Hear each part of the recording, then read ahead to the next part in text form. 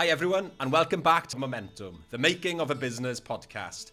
I'm Llŷr from Mentera, and today we're heading behind the scenes at one of the UK's most impressive bottling companies, Mallows Bottling. Mallows is a multi-award-winning contract bottler of alcohol and soft drinks, working out of a 30,000 square foot, fully bonded, sustainable facility right in the heart of the Welsh Valleys. They've worked with everyone from local brands to big names like Margot Robbie's Papa Salt Gin. Joining me today is Andy, Joint Managing Director at Mallows Bottling. With over 30 years in the alcohol industry, he's worked with some of the industry's most renowned brands, including Jack Daniels, Jim Beam, Bacardi, Budweiser, and now he's helping steer Mallows Bottling into the future. In this episode, we'll hear about how Mallows got started, the challenges they faced along the way, and what's next for the company. So pour yourself a drink, settle in, and let's dive in.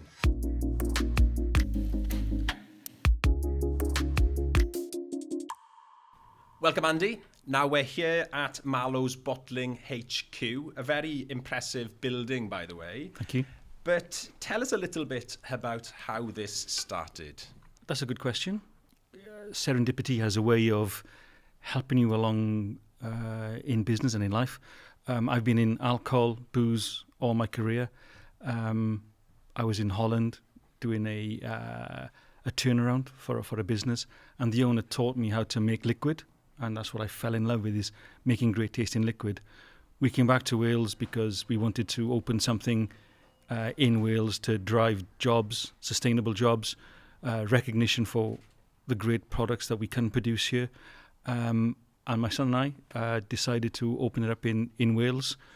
Both my grandparents were miners, and so when this site became available, which is an ex-coal mine in Coed, it kind of brought everything together for us. So it was a serendipity moment, but something perhaps that we've been driving for certainly all my life, and Reese's as well.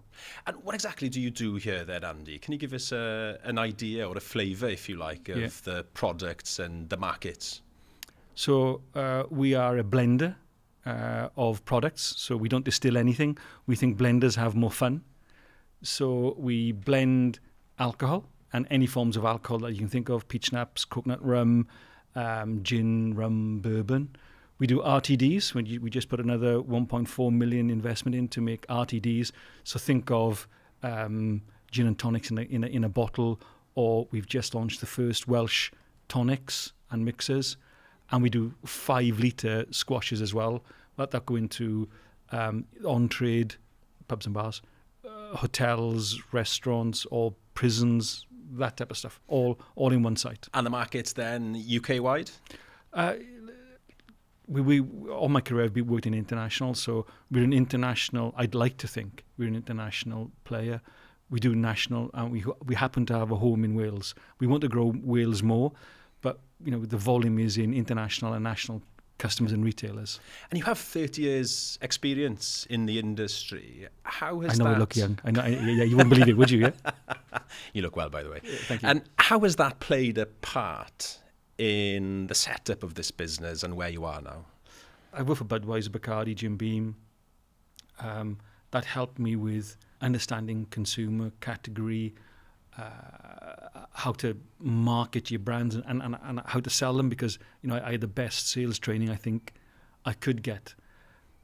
When you set up your own business, though, you're nobody, and even though you pick the phone up and you ring in Tesco's and you say, no, it's Andy from Bacardi, you're Andy from Mallows Bottling, and they've never heard of you.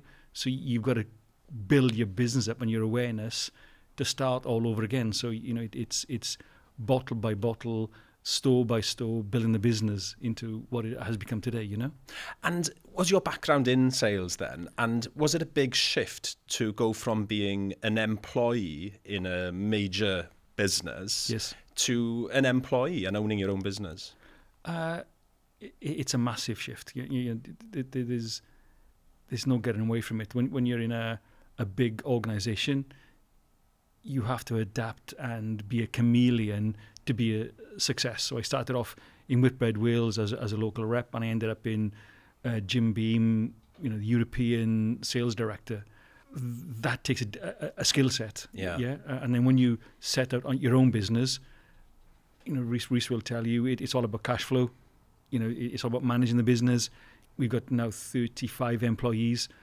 You don't sleep at night because they really your family. Yes. And so you're developing them, training them, setting up the values that you wanted to be when you were an employee of a business, to be proud that you work in there. So all your values shift, and your quicksand underneath you has to operate differently, Yeah. And Rhys is... my son. Yeah, your son, and also managing director in the business as well. Yeah. So unfortunately, he's got the brains and the good looks. I've just got the grunt. Yeah. And the journey started in 2021 for you in terms of setting up the business, and you've grown considerably since then. We have, people say that we've been lucky, or how have you grown? And it's just down to grit and determination. We wanted to be where we are. I remember going to with Rhys a Morrison's event that they held in one of their stores, and we met a husband and wife team. I think it was from the butcher company in Wales. Yeah. And they said to us, "Look, enjoy your time together, because once you get bigger and you get more contracts, you won't have time. So just enjoy the journey." And we thought, nah, you're joking. We want to be there. Yeah. We want to get there. Forget the journey. We're at the destination already, So we've really, really driven hard, worked hard to get where we need to be and we wanted to be. And when people say, look at what you've done, to us, we're still behind the curve. We've made some mistakes. Yeah. We've been lucky in some elements, but we're not where we wanted to be, or where we want to be. We want more. We want to be, further down the road than we are. Okay. And we'll come on to the mistakes, because that's really interesting. Yeah. But a bit more than you can believe. This journey is of interest, though. Okay. Can we break that down? I mean, talk about what it was like at the start. Tell me a little bit about your experience of growing the business. You mentioned there that piece of advice that you had was enjoy the journey, but has it been easy to enjoy this journey? Break it down for you. Rhys found this site when we were joint business of another facility that ended. As soon as I saw the building, I fell in love with it. It's beautiful. If anyone wants to come and see it, it's based on a coal mine, which placed to my grandparents, who were both miners. So I always felt comfortable here. Our first employees is still with us. Jord, who does our liquids, and Tony in the warehouse. And we were on tables in the corner making miniatures that went into Marks and Spencer's. Yeah, there was 8 of us on a line every day, day in, day out, and we thought the miniatures would never come to an end. So, but they did after Christmas, and then we had a flick to understand what do we do next. I had a good relationship with Lidl, the major retailer, discounter, and they gave us an opportunity. In all fairness to Lidl, we were a small contract bottler in Wales. They only knew me because of companies I've worked for, and they gave us an opportunity, which I'll always be grateful for. They really gave us our big break in life, and that now allowed us to put line 1 in, and you'll see it today, and really get some momentum behind us. And then after we won Lidl, Home Bargains have been really kind to us. There's Papa Salt, Margot Robbie. Of course, she came. She heard all about my good looks and sweet talking. But Rhys has got her mobile number. He won't give it to me, and my wife wouldn't either. Yes, cut that bit out totally.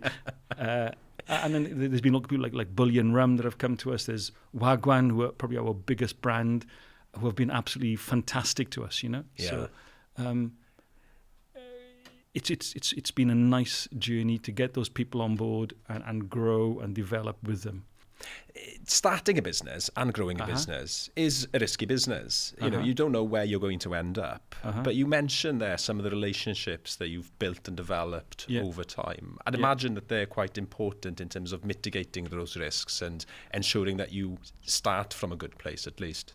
So when people think, recently I had a cup of coffee over the weekend, and people say, entrepreneurs are risk takers, But we're not really. We look at the market, but we see things differently to other people. Okay. Maybe, so we see an opportunity and we go for it because the P&L tells us it makes sense. Yeah. So then we can go and back ourselves because we know we can make it. We know we can get there. We know we've got the people behind us. We know we've got the drive, determination to get there. So then you view things through a different lens. Do you think that your past experience has contributed to that? Yeah, of course. Maybe it's not seen as a significant risk for you.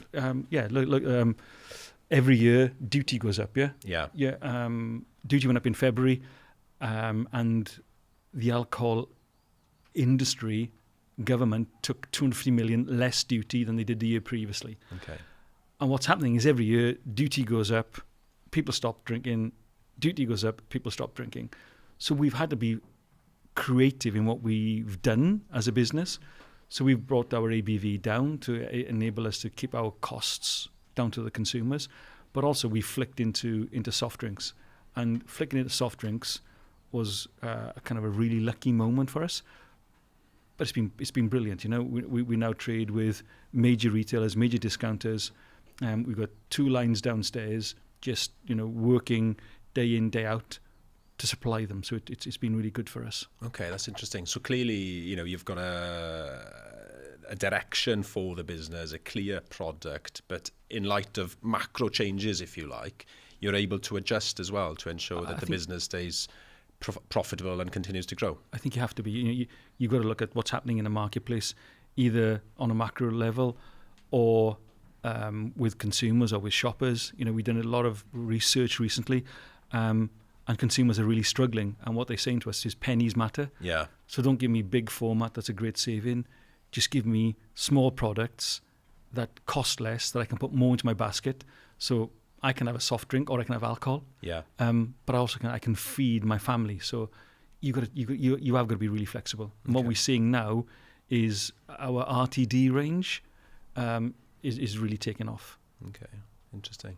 And obviously, as the business grows, the challenges are different to any business over a period of time as well. But you talked about your past experience there. But what skills or knowledge did you feel you needed to develop the most with the business, if you like?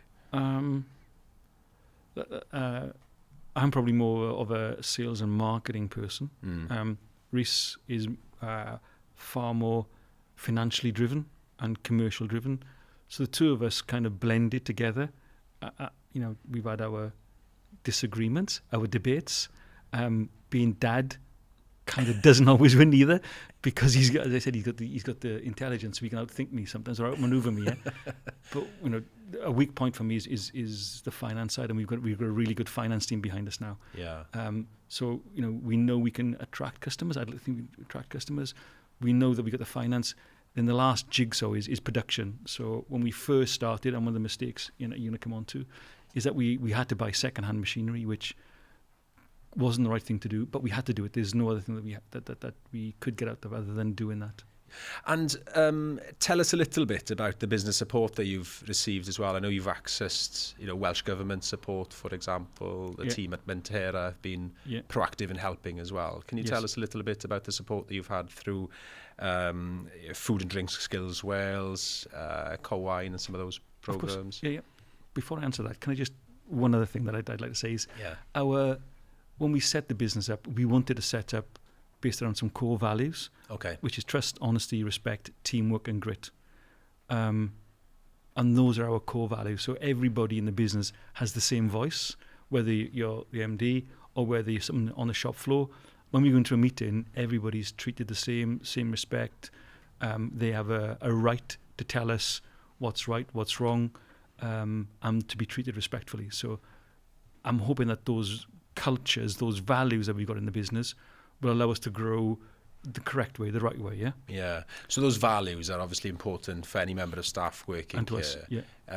It's one thing coming up with the values, it's another thing implementing or living them. What about the vision as well, or the purpose of the business? Are staff members clear on where you want to go with this business? One of my weaknesses is I see the vision, I go after it, and then when I turn around, people don't understand where I am. That's good insight. Yeah, so I've got to take people kind of on a journey with me. So we have a monthly meeting with them.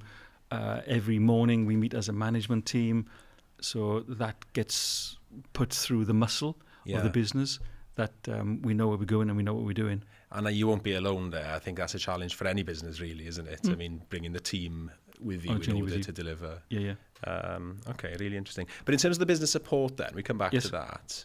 How important was the support that you received in order to push you on, if you like, at the start and as you're growing?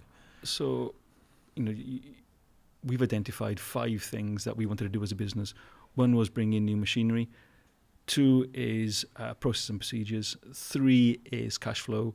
4 is people. 5 is space. Wow, you're clear on that. You're clear in terms of the areas that you want to work on. Yes. Before we come on to in answering that question, did you come up with those, by the way? Yes. Or was that in light of the support that you received? Probably a bit of both. Okay. Yes, a bit of both. We knew that we got to get new machinery in. We knew that the policies and procedures weren't right. Chris tells us every day about cash flow, and Reece and him are, with their spreadsheets. But the training is all around the people. Yeah. So, when we started, there was occasions we'd have to stop production because the forklift truck driver wasn't here. It was his day off. Now there's 8 people downstairs got a forklift truck license due to what the support we've had. Yeah. Which really helps us. We've had training in terms of sales training. We've had negotiation training, and the negotiation training was absolutely phenomenal. It is absolutely incredible. And you're saying that as if you've won new business immediately. Was that the case? Yes. And listen, when I was Bacardi, I managed Tesco's, and they were ruthless back in those days. Yeah. And I went on this course, negotiation, and it really helped me to understand the rules of the game. Okay. Yeah. And there are rules of the game to negotiation. Yeah. And Reece is kind of not, because he got a logical mind. If it didn't make sense to him, he couldn't understand why I was telling him things. So we both invested, thanks to the investment we had, and it is a lot of money. Yeah. So we both took, I think it was 3 days out of the business, in a hotel, away from everyone, just to go through the negotiation format. It was the 3rd time I've been on it, and I didn't realise that I was back making mistakes. And so Reece and I then can now talk the same language when we're in front of a customer. Yeah. Any salesperson that joins has to go through the negotiation training, because it's so important to us as a business that we don't leave any money on the table, that we take it with a smile on our face. But there are rules to negotiation, and that has been the most worthwhile course that we've been on. Excellent. We used it yesterday as an example. But it seems to me that the areas that you've identified, the areas that you want to work on as a business, are probably key when identifying the types of training that you want to get involved in, how you want to develop as a business as well. Yeah, and the people that you want to recruit to go and look at those things, Yeah. You've talked about the challenges or mistakes a couple of times already. Can you give us a flavour of some of the mistakes or challenges you faced as a business then? Look, there's so many. Yeah, probably Reece will be shouting over now that I've missed half a dozen of them. Yeah. But probably, we bought second-hand equipment, and we've realised that buying brand new equipment is probably double the cost, but it's also 10 times more efficient. Okay. So the payback comes back so quickly. So probably that's the first one. The second one is getting the right people on the right seat of the bus. That we probably had people in the business that, were from a large company or work for large companies. And when they come to a small organisation, they couldn't make that change in their style. So, I think Wrexham is the analogy. Yeah. In the 4th division, they need a team. Now they're in the Championship, another team. And when they go into the Premier League, they need another team, and hopefully they get there. So same for us. We have to take people on a journey with us, and hopefully a lot of those people will come on that journey and succeed in that journey as well. Yeah. Okay. But there's thousands of them. But those mistakes key in shaping the business, you'd say? Yeah, of course. And the scars that you get on your back help dictate the future direction that you're going in, you know? Yeah. And do you feel that you're still making mistakes? Yeah, of course. Yeah. We made mistakes Christmas time that were stupid. But yeah, we made mistakes Christmas time, taking on too much work, taking on too early. Yeah, of course. And I'd imagine there's a few individuals or business owners listening thinking it's quite refreshing to hear you talking about those mistakes and almost laughing at them. Oh, no, I'm not laughing. You either laugh or cry, yeah? But you put almost like a positive lens on it all, and you see it as lessons as opposed to something that will lead to failure. Yeah, well, listen, what I playing sport, what doesn't kill you makes you stronger. Yeah. Yeah. You know you're pushing your boundaries and you're pushing your team and the people around you if you're not pushing to kind of failure, yeah? Mm. So we're pushing, we're learning. Next year, when it comes to Christmas time, we're in a different position entirely. You know, we've learned now from 2 years, scaling the business. Next year, it'll be totally different. Okay. I know it will, yeah?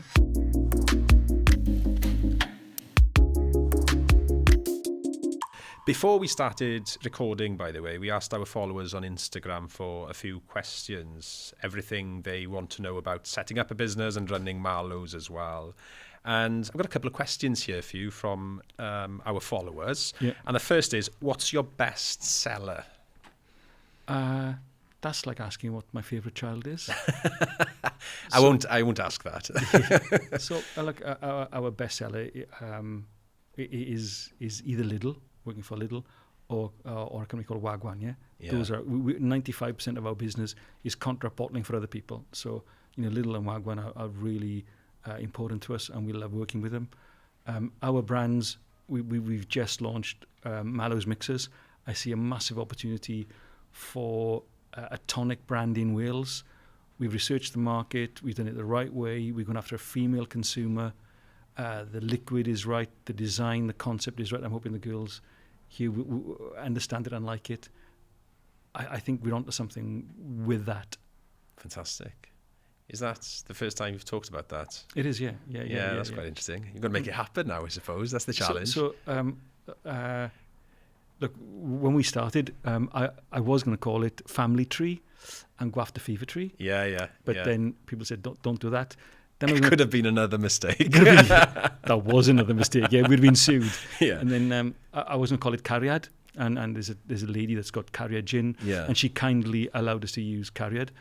But then my daughter was in gin and juice in Cardiff, and said, Dad, look, 98% of women, so females, are drinking gin. Why don't you just do a gin that's aimed at females? So our designer then designed something that was really floral, that was beautiful to look at. And there's interesting brands here as well. I mean, you have big brands. We've got the White Rum here. But I love the branding, the use of the Welsh as well in things like squash here. Yes. Obviously, clearly from Wales, and you see some of the products here in Lidl and other stores as well, which is fantastic. Yeah. Tips for scaling is the next question. From where you started to where you are now, what are your tips for scaling?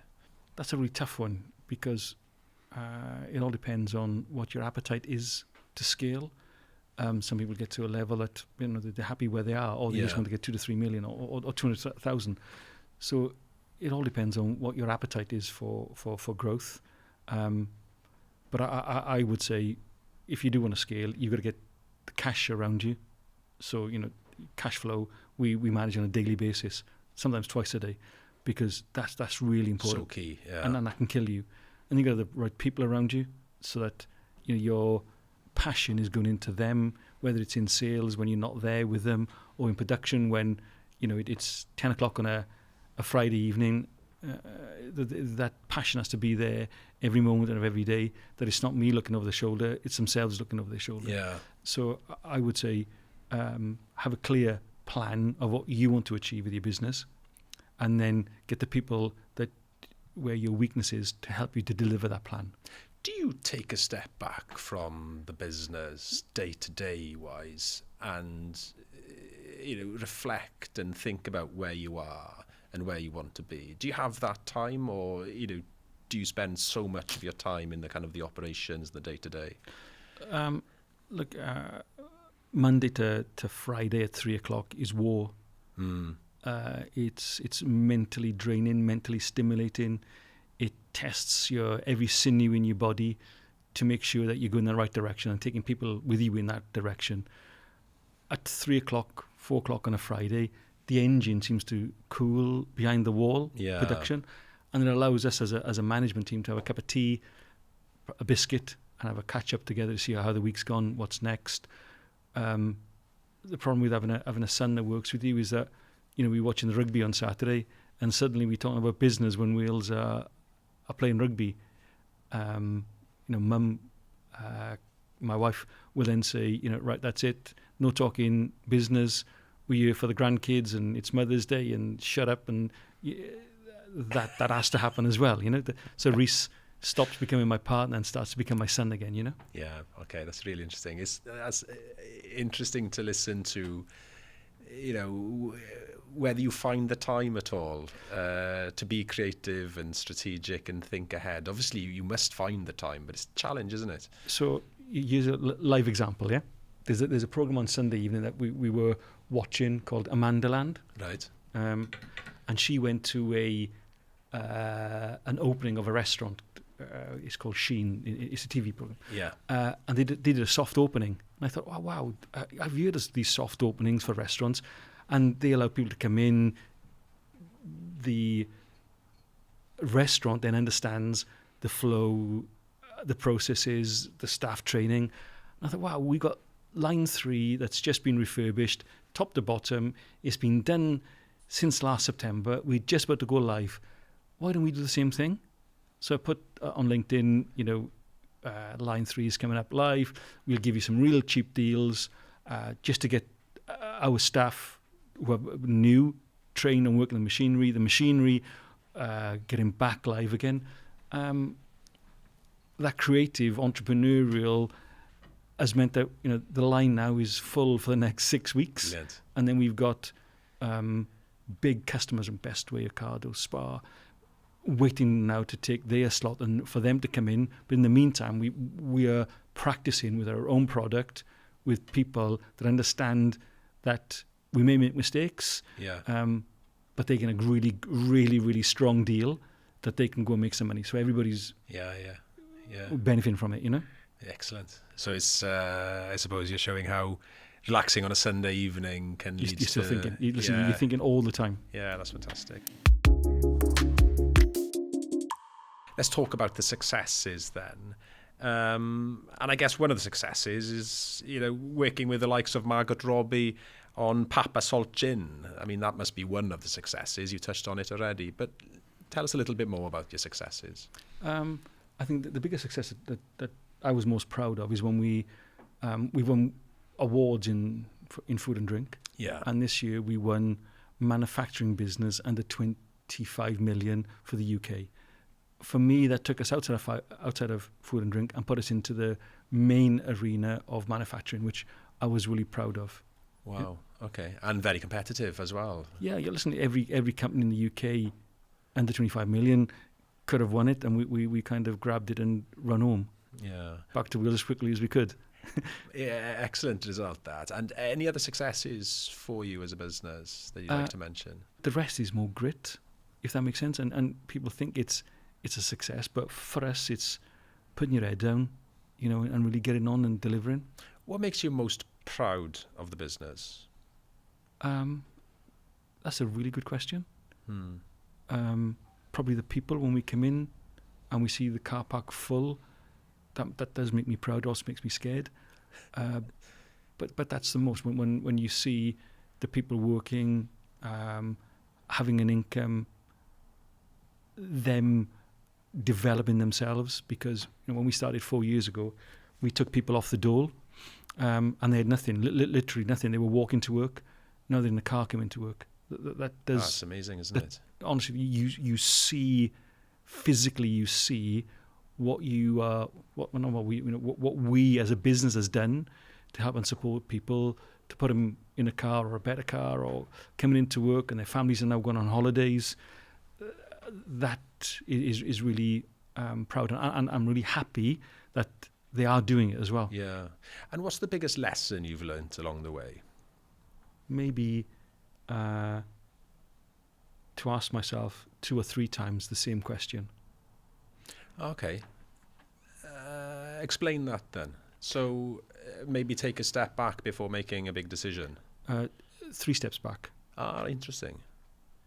Would you describe yourself as gung-ho or want to get the job done? Or So which is a positive trait, I suppose, in business. 100% it is. But I'll see the opportunity, and I said before, I'll go for it. And then I think, oh my God, what have I done, you know?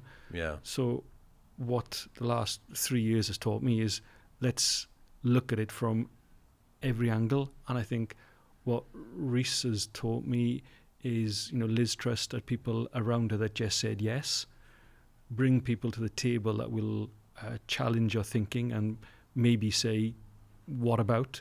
Rather than, let's go and do it, That's interesting. It's interesting how you reflect and also clearly learn from your son, and I'd imagine that relationship is vice versa as well, where he's learning from yourself, and perhaps it's a good place to be, isn't it, in business? I don't think he'd ever say he's learned anything from me. Oh, fantastic, Andy. We're almost at the end of the episode, but before we finish, I will move on to a quick fire round of questions, if that's okay. Go on then. Where do you see the business in 5 years' time? I see the business in 5 years' time, 2 sites, one doing alcohol, one doing soft drinks. 5 years' time, I'll probably come into the end of my career. I've handed it over to Reese, and it's in a safe place for him to go and do whatever he wants to do with it. Wow, that's very clear in terms of vision moving forward. Fantastic. What's your favourite thing about running a business in Wales? I'm a proud Welshman. Unfortunately, I didn't get to play rugby for Wales at a top level, so this is my next best thing of being a proud Welshman. Okay. Name one business in Wales you think is really smashing it right now. Wow. That's another good question. I respect the boys in AU Vodka. Those guys are down to earth, honest. I really like what they've done and how they've done it. So probably AU, the fastest growing brand, but also really nice people. You will go in there and they've got time for you. They'll have a cup of tea, cup of coffee with you. It's lovely. I like it. Just an observation. You deal with so many businesses. You're probably picking up things from the businesses that you're dealing with on a day-to-day basis as well, which is great to hear. If you weren't running this business, what would you be doing? I'd probably be, an MD of a drinks business, in the UK, I'd imagine. And if someone out there listening is struggling to run their own business, what's the one piece of advice you'd give them? Pick up the phone. Oh, that's good. Do you coach at all? Do you work with other businesses? No, I don't. Would you be open to something like that? Of course. Listen, being an entrepreneur I don't like that word entrepreneur. Running your own business, being in charge of your own business, it's all encompassing. It's 24 days a week, 24 hours a day. It's really tough, and you can't sometimes go and talk to people that work for you because they want to see this tough direction, vision, focus where you're going, and sometimes you do need to offload on somebody and say, is this right, is this wrong? So I would say, reach out. Diolch, that was so insightful. Well, we've sadly come to the end of the episode, but thank you for joining us today, Andy, and for sharing your experiences and perspective. Thank you for tuning in to Momentwm, the making of a business from Mentera. Make sure to hit subscribe on your favourite platform so you don't miss an episode.